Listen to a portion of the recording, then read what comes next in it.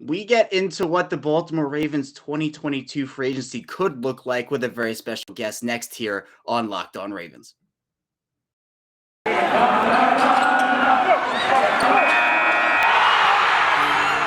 are Locked On Ravens, your daily Baltimore Ravens podcast, part of the Locked On Podcast Network, your team every day.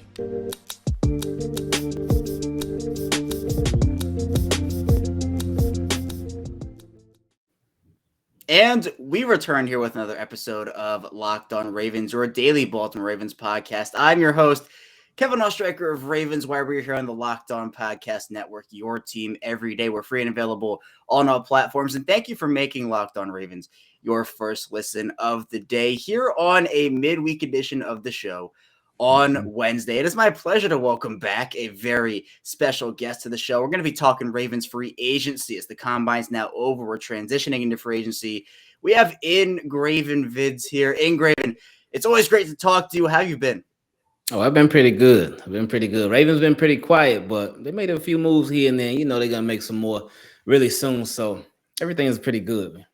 And we're starting to get that action picking up across the league. I mean, a crazy day it was on Tuesday about all these quarterback trades. The Ravens will be playing Russell Wilson now in 2022 as a member of the Denver Broncos. But you're right, the Ravens haven't done a ton. I expect it will pick up as well, Ingraven. But those couple moves they have made, I think, are kind of under the radar ones. Now, obviously, the bigger one is the Ravens parting ways with Don Martindale. Kind of a shock to many people.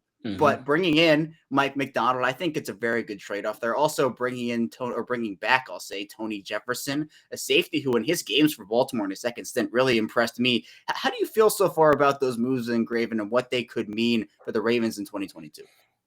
I feel like with Tony Jefferson, his move was just a move for leadership. I'm sure it's not going to have any like crazy salary cap implications. I wouldn't be surprised if it's like a vet minimum deal. But he did show a lot of heart and leadership in those couple of games that he did play toward the end of the season for the Ravens.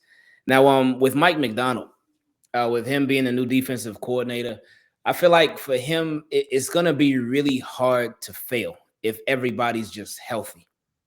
Because Ravens, like last year, of course, they lost so many different people, but if everybody comes back, and of course there's some pending free agents, so we'll see how that goes. But if the guys that they have and whoever they get, if they can just stay healthy, that'll be a big plus for him, because it's hard for any defensive coordinator to really have success if you lose like your first corner, your second corner, even your third corner, and at times throughout the season, your fourth and fifth corners as well. Just a lot of guys are banged up, and of course your linebackers, defensive line at different times. So yeah, that's the biggest thing, just health for Mike Macdonald. And if he can really make early adjustments, that'll help out the Ravens situation just so much. I feel like he's walking into a really good situation because like you got some playmakers on defense, and of course you hope to add some more. But I think this could like really work out for him in a big way. But again, as long as everybody stays healthy. Right. And one of the things I like about this move is I know there were some people who were saying, and this has been a great argument from people, so is the fact that, sometimes the Ravens like to go in-house a little bit more than some people would like to with the, them bringing in their friends and having that whole connection thing. But the thing I like about Mike Macdonald is he went away from the organization for a year, had success at a big-time college program, brought them to the college football playoffs on his own, That was the thing that he did. He grew on his own. Now he comes back to the Ravens, and they're not going to change their whole system. They said that they're going to still keep some of the things that Don Martindale did, but it's going to be a little bit of a new thing, which I think the Ravens kind of did need. I know the pass rush was just not there. It was not what the Ravens needed it to be, and I think it just came to the fact where the Ravens wanted to switch some things up. Don Martindale didn't want to switch them up, and then that led to the parting of ways there. But speaking of parting of ways, the Ravens could lose a lot of key free agents this offseason, Ingraven. And It feels like they're going to have to do a lot to get back the talent level they might lose, especially with their salary cap situation. A few of the key guys who could be on the way out include guys like center Bradley Bozeman. You look at cornerback Anthony Averett, Deshaun Elliott. His situation has been up in the air right now because of his injury history. What does that contract look like from a team? Calais Campbell said he's coming back, but is that going to be with the Ravens? There are a few others as well who are kind of under the radar. Guys like Josh Bynes, for example, I think could be a really good bargain there. But Engraven, with the big names like, for example, Bozeman, Averett, etc., do you feel like these guys will be in a Baltimore uniform next season, or is it more they're probably going to have to replace them in the coming weeks here? Yeah, I think the only way that most of those guys are in the Ravens uniform next season is if it's in Madden. With Bradley Bozeman, I think he's gone for sure. I think he's out of there. I think that it's because it's getting to that point to where like the new league year is right around the corner.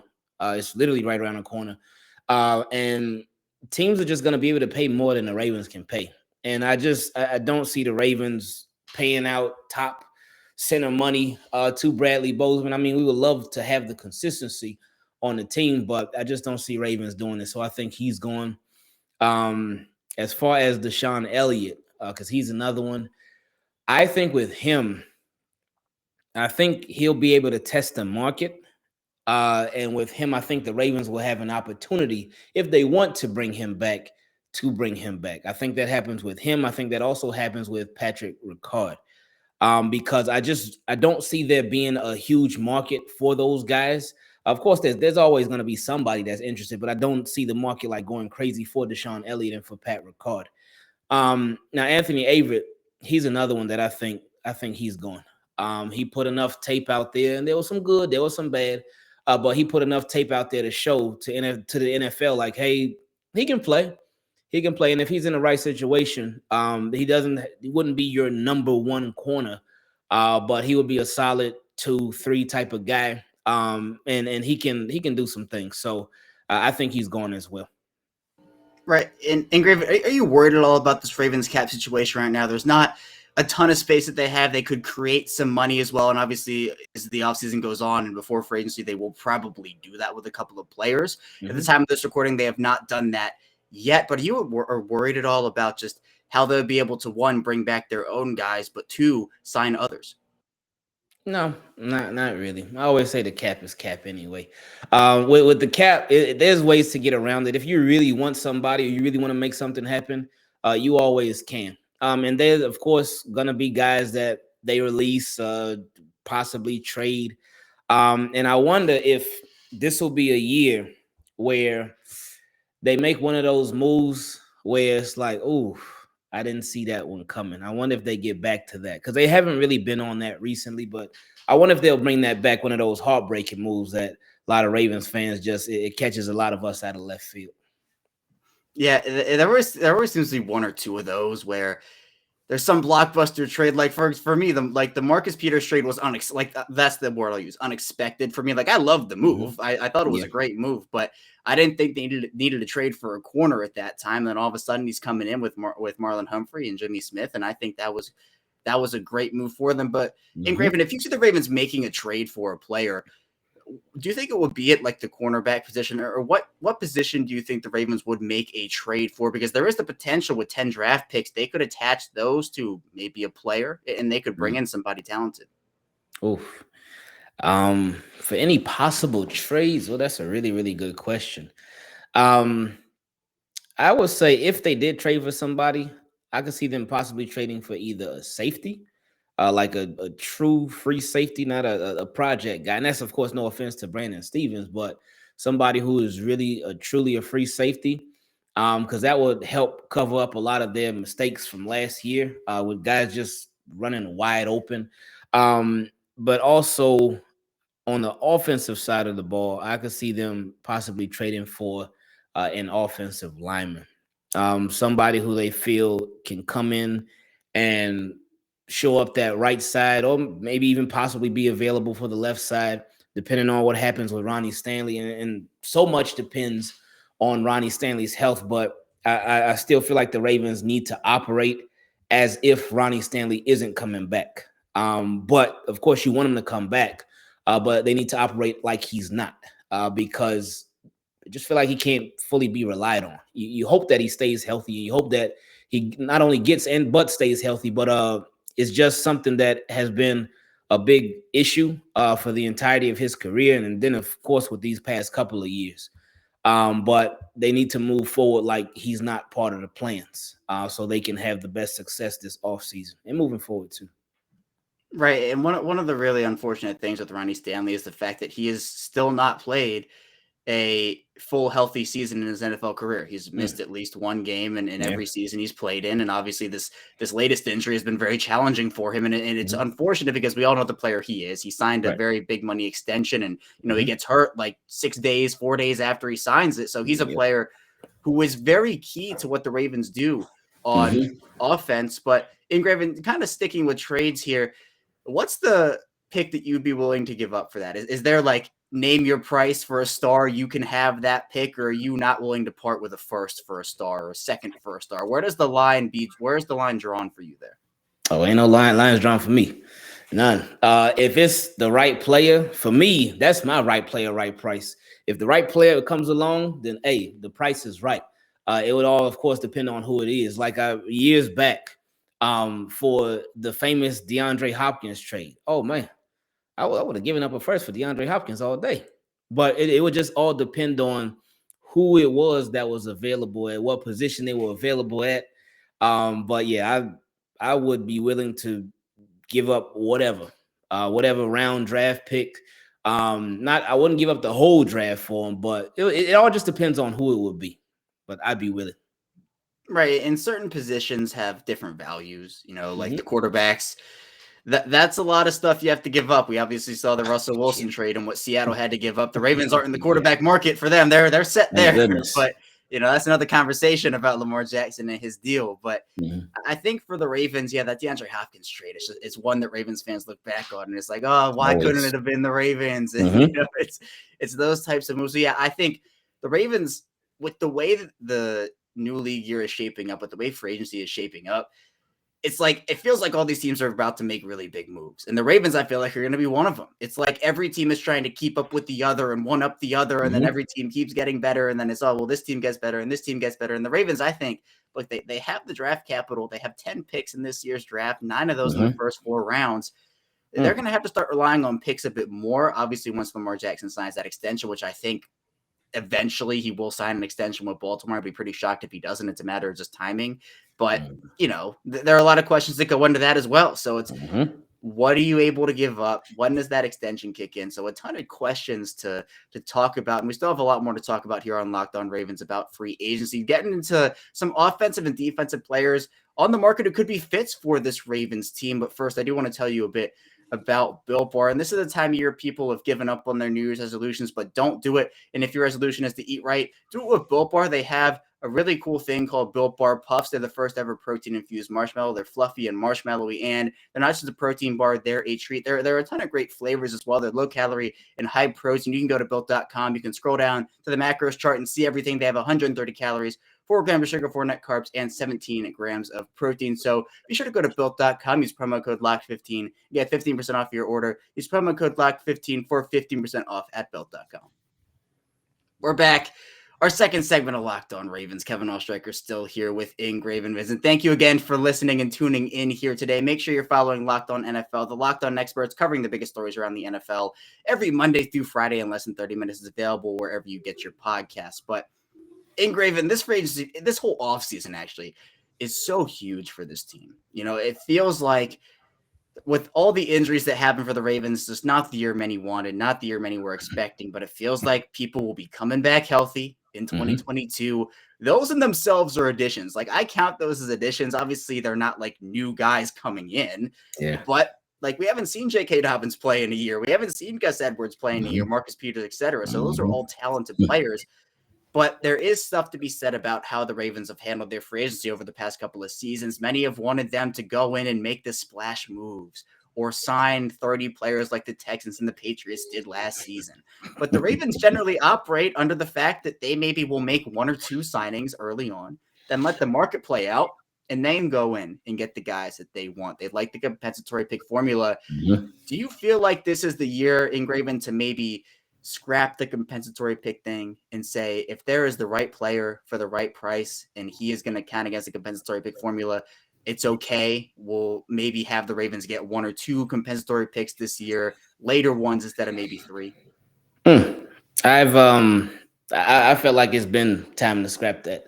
While with the comp pick formula, like even last year, I was hoping that they would sign Justin Houston a lot earlier. Because they initially had him in for a visit, but if they would have signed him when they brought him in, they would have gotten one less comp pick. Now it did work out for him with that situation. It worked out for them really. But if a player's there, I just feel like you got to get him. You got to get him. And the Ravens, they really need to focus on quality this offseason. They need to focus on quality and not quantity.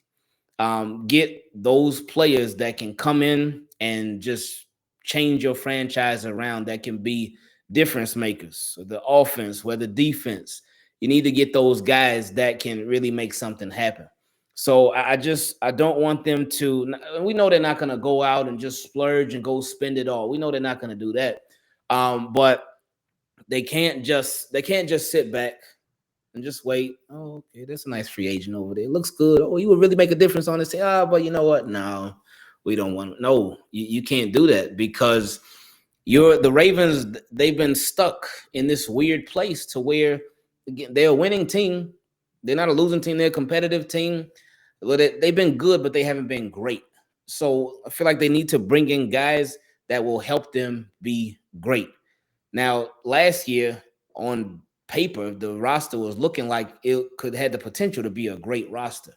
But there was a little bit, probably the biggest question was the offensive line, and then that ended up being the biggest issue. And then, of course, injuries. Injuries just demolished everything. But they need to do something like that, like they did last year. We're really just upgrading this roster all around and just really trying to just going at it, being very aggressive. Be willing. They need to get out of their comfort zone when it comes to the offseason. That's with free agency. That's with the draft. That's with just everything. They need to get out their comfort zone, because if they stay in their comfort zone, then they're going to be comfortable with those same results that they've been getting.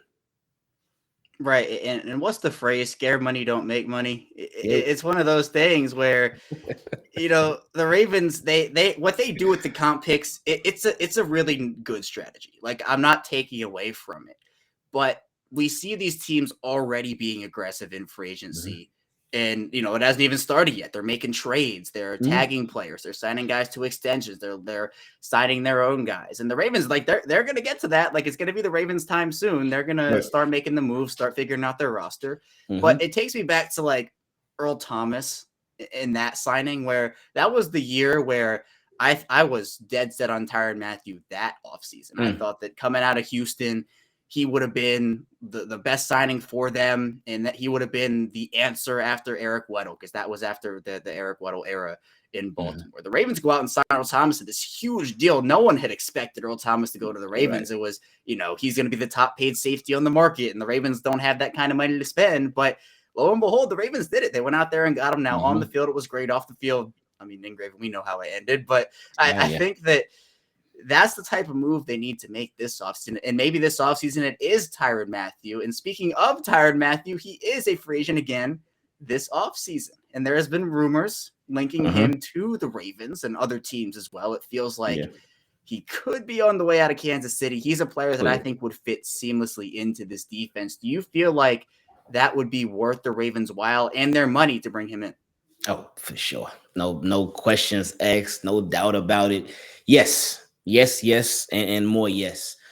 Reason being because that's a playmaker. He brings the playmaking ability, and he brings that swagger too. Like, you already have a Marcus Peters at corner. Why not have a Marcus Peters at safety as well? Tyrann Mathieu, he's somebody that can move around. He's a very smart player. He knows the game. He's been around the game. He's a very instinctive player. And it would just be beautiful if we could get him. And then another thing too, Jimmy Smith, he's probably gonna be gone. Anthony Averett, he's probably gonna be gone. And then we've heard a lot of stuff saying that Tavon Young could possibly be cut. we'll see. So when it comes to the secondary, the cornerbacks specifically, there could be some question marks there. Of course, with Marlon Humphrey coming back, Marcus Peters coming back, and then you still got Chris Westry as well. But I think if you added a Tyrann Mathieu, then this gives you the opportunity, not that you would make him a full-time corner or whatever, but this gives you the opportunity to put Brandon Stevens at cornerback too. And what I like about Brandon Stevens is that he's physical. He's a very physical cornerback. He's not afraid to go in and hit somebody, or wrap up, and tackle. And with him, his instincts, they were getting better too as the season went along. And of course, he was learning the safety position, so I'd expect him to still learn the safety position. But this would allow him to do even more, have even more packages and whatnot, with Honey Badger and Stevens out there on the field at the same time. And then, of course, there will still be Chuck Clark. So it will just allow you to do more, but you will still have a good quality. And this is what I was talking about earlier when it comes to quality over quantity. You wouldn't just have some random corner in there after Marlon Humphrey and Marcus Peters. No, it will be Brandon Stevens. And he's shown that he could play some good corner in the NFL. He showed that last year. Right. I think it'd be seamless for Tyrann Mathieu, and the fact that he is so versatile. The Ravens love their versatile defenders. They love guys who can play multiple positions. Their defense is practically prided on it, to the fact where they bet on these athletes who can play all along the defense, and I think he would fit in there. But on offense, Ingraven, you talked about Bradley Bozeman and how it just seems like the writing's on the wall that he's probably not coming back.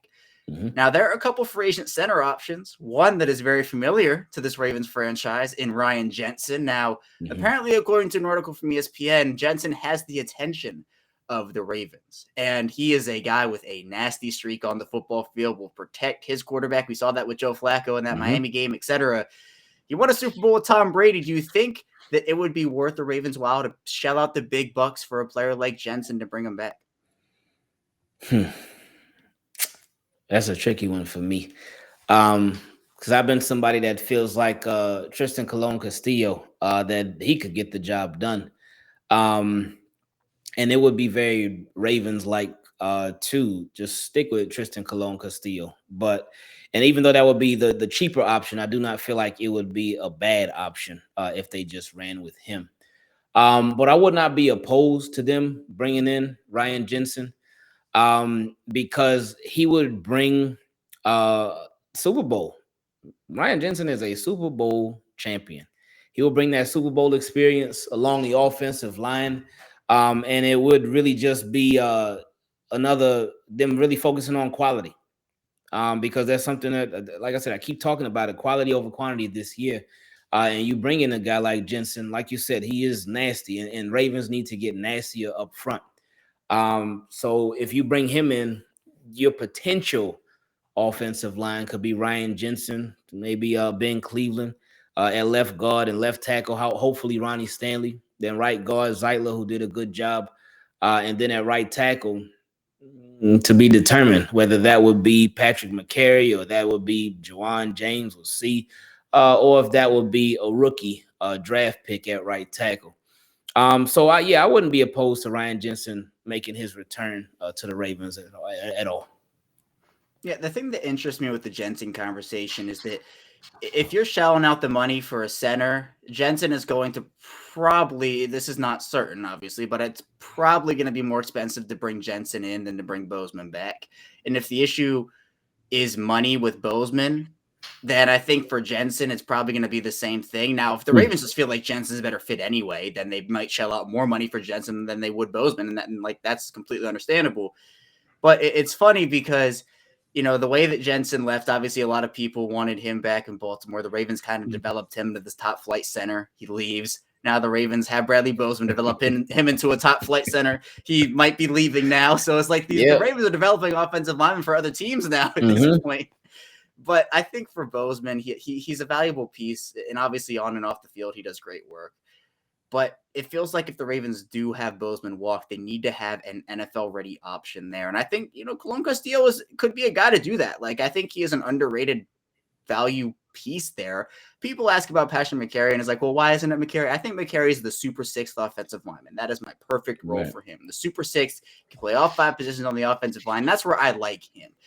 But as long as the Ravens have a center who will not make Lamar Jackson look like Odell Beckham when he's fielding snaps on the field, that is where I draw the line. If we can stop the errant snaps for Lamar Jackson and he can block well, I will take it 100%. But we'll continue talking about former Ravens as well as a bit of draft talk in our final segment. So be sure to stay tuned for that as we have a lot coming up here on Locked On Ravens.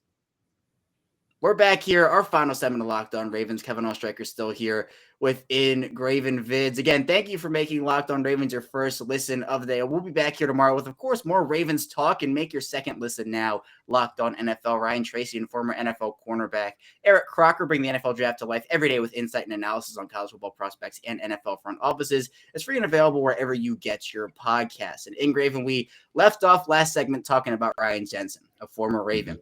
I want to ask you, are you all in on the Ravens reunion tour? And I'm not just saying Ryan Jensen. I'm saying Zadarius Smith if he's let go, Jihad Ward, Hayden Hurst, etc. Are you on board with bringing any of those guys back?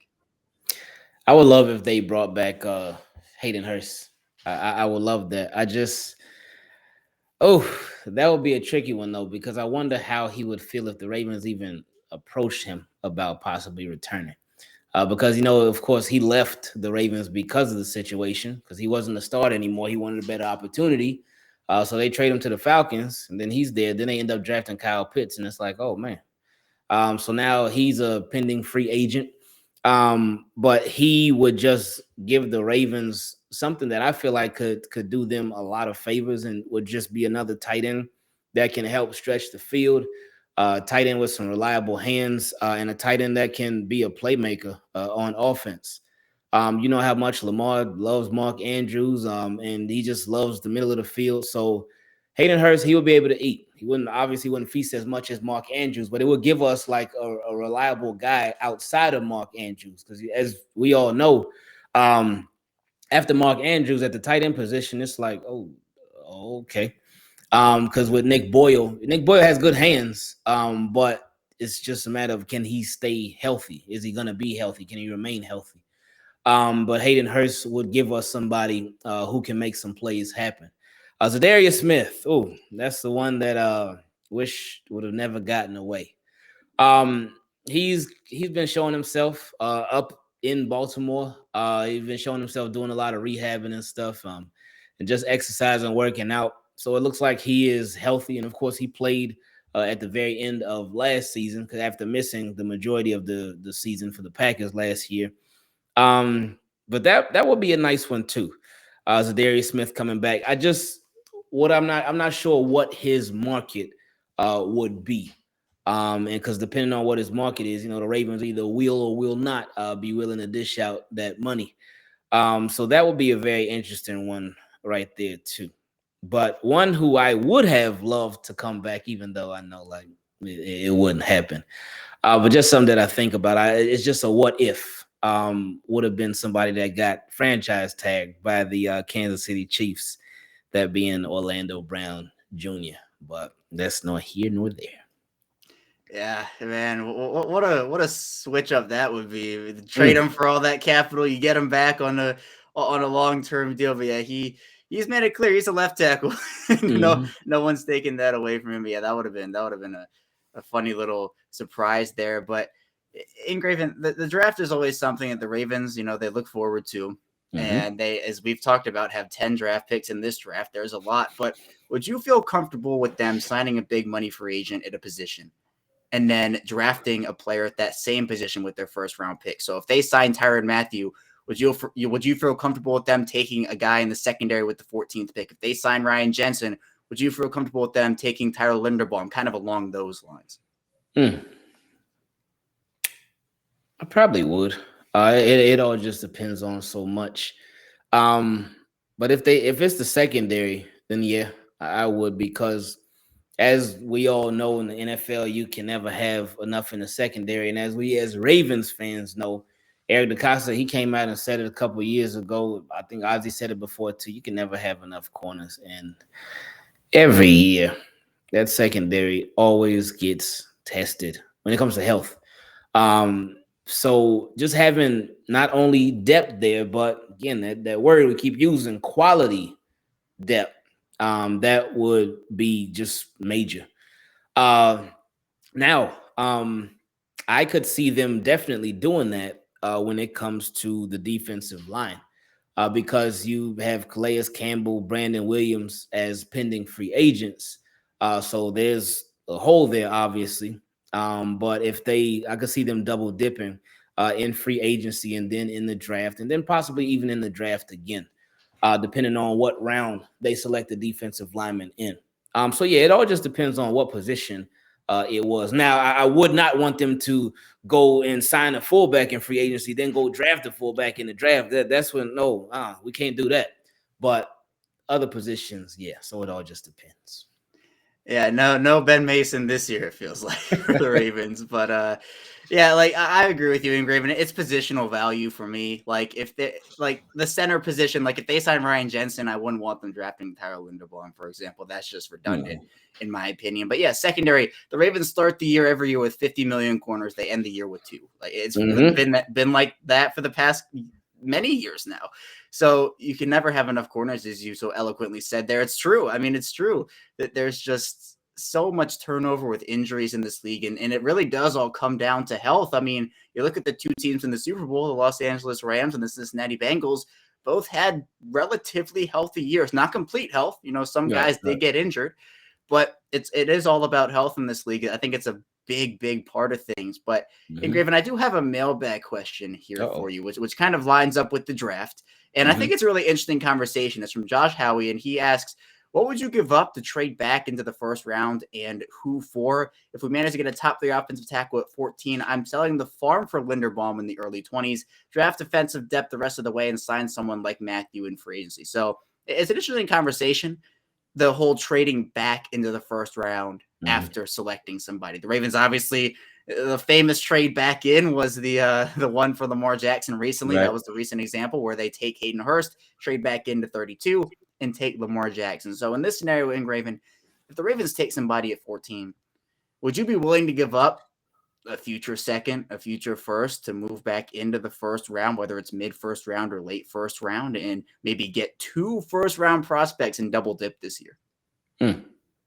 Yeah, I probably would, especially if the right guy is there, and it's again a guy that you feel can come in and really make an immediate impact. Not a developmental guy, not a guy, oh well, we'll see how he does over the next 2 to 3 years. No, somebody that right here, right now, will change your franchise for the better. So I would be willing to do that. Yeah. I think I would too. And part of the reason why is because this is such a deep class where there will be guys in like the 20s or the even like 30, 31, 32 that would probably be like top 15, top 20. And we all know, Ingraven, how the draft can just fluctuate so much with one prospect like DK Metcalf, for example, historic fall in that draft to the second round. And for me, the Ravens, them trading their second round picks, it feels so bad when, you know, we're sitting there watching the draft and the Ravens picking the first round, and then they don't have a second round pick, and then players like AJ Brown go and DK Metcalf go and Creed Humphrey go and Eric McCoy go. And so it's those types of things where I think if the prospect is right, it's again the aggressive nature. You know, you have to be aggressive, I think, this offseason if you're the Ravens, because you have to keep up with the rest of the NFL. Cincinnati's not going anywhere. Kansas City's not going anywhere. You know, the AFC is a very talented conference that just got Russell Wilson. So you have to get those prospects. And I agree with you in the fact that these guys, you know, developmental prospects are great. They're amazing. The high upside athletes, that's great.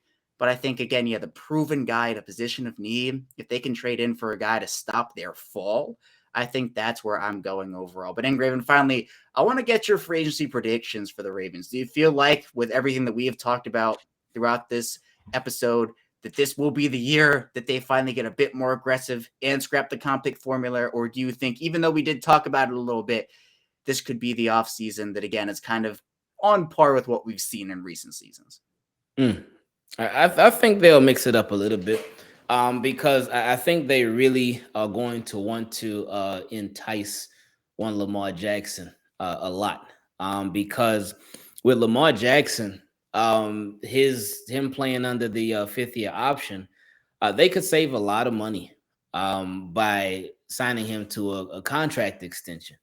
But until they do, then they're gonna be a little bit limited on what they are able to do, or really what they be willing to do. So I think that they're gonna really try to get some quality offensive linemen with Alejandro Villanueva. I think they end up moving off of him, but they just really do everything in their power to really build around Lamar. The offensive line is not going to be perfect, but you want to get it as close to perfect as you possibly can. I think they bring in another tight. I know it's a lot of tight ends out there on the market, and some quality tight ends too. And the thing about that with the tight ends is that they don't have to be Mark Andrews, but somebody who would be a nice complementary piece to Mark Andrews, and you can go through the draft too. Because that's the thing too. If you're gonna draft somebody, like these younger players, they're a lot cheaper than the veterans. So you could end up drafting somebody too. But I think this off season, well, hopefully this off season, it will really be the year where they like, all right, Lamar, let's give you every reason in the world to sign that extension, because it would help us a lot. And it would do you a huge solid with giving you a nice race. And it's gonna be interesting to see how they move. Because Eric DaCosta in his presser from a while back, his offseason presser, he talked about how he took accountability. And it was his responsibility for really making for the offensive line and what it was. He said that was on him. So I'm just really curious to see how his actions, how they follow his words this offseason. So yeah, we'll see how it goes. Yeah, it's going to be interesting to see how they go about things, because I think it is still a very important offseason. And actually, my final question for you, Engraven, I just thought of this one. Wide receiver is an interesting position to talk about. It's not a big need anymore. And for the first time in many years, it seems like it's not a big need anymore. But it feels like to me the Ravens will probably be keeping 6 wide receivers. 5 of those guys are already on the roster. I feel like the team will probably move away from Miles Boykin. It feels like it could be, obviously Marquise Brown, Rashad Bateman, Tylan Wallace, James Prochet, Devin Duvernay, except like those guys are the guys. But would you see the Ravens either signing a veteran or drafting somebody at that position, or just rolling completely with the guys they have? For sure. I think the Ravens, they take a wide receiver in the first 3 rounds of this draft. First 3 rounds. I do think that, unfortunately, Miles Boykin is going to be on the outs. I actually thought he was going to be on the outs last year, but they did keep him around, which I was surprised about. But I think that this year that they go ahead and let him go, whether it was just via trade or release. But I do think they take a wide receiver in the first 3 rounds.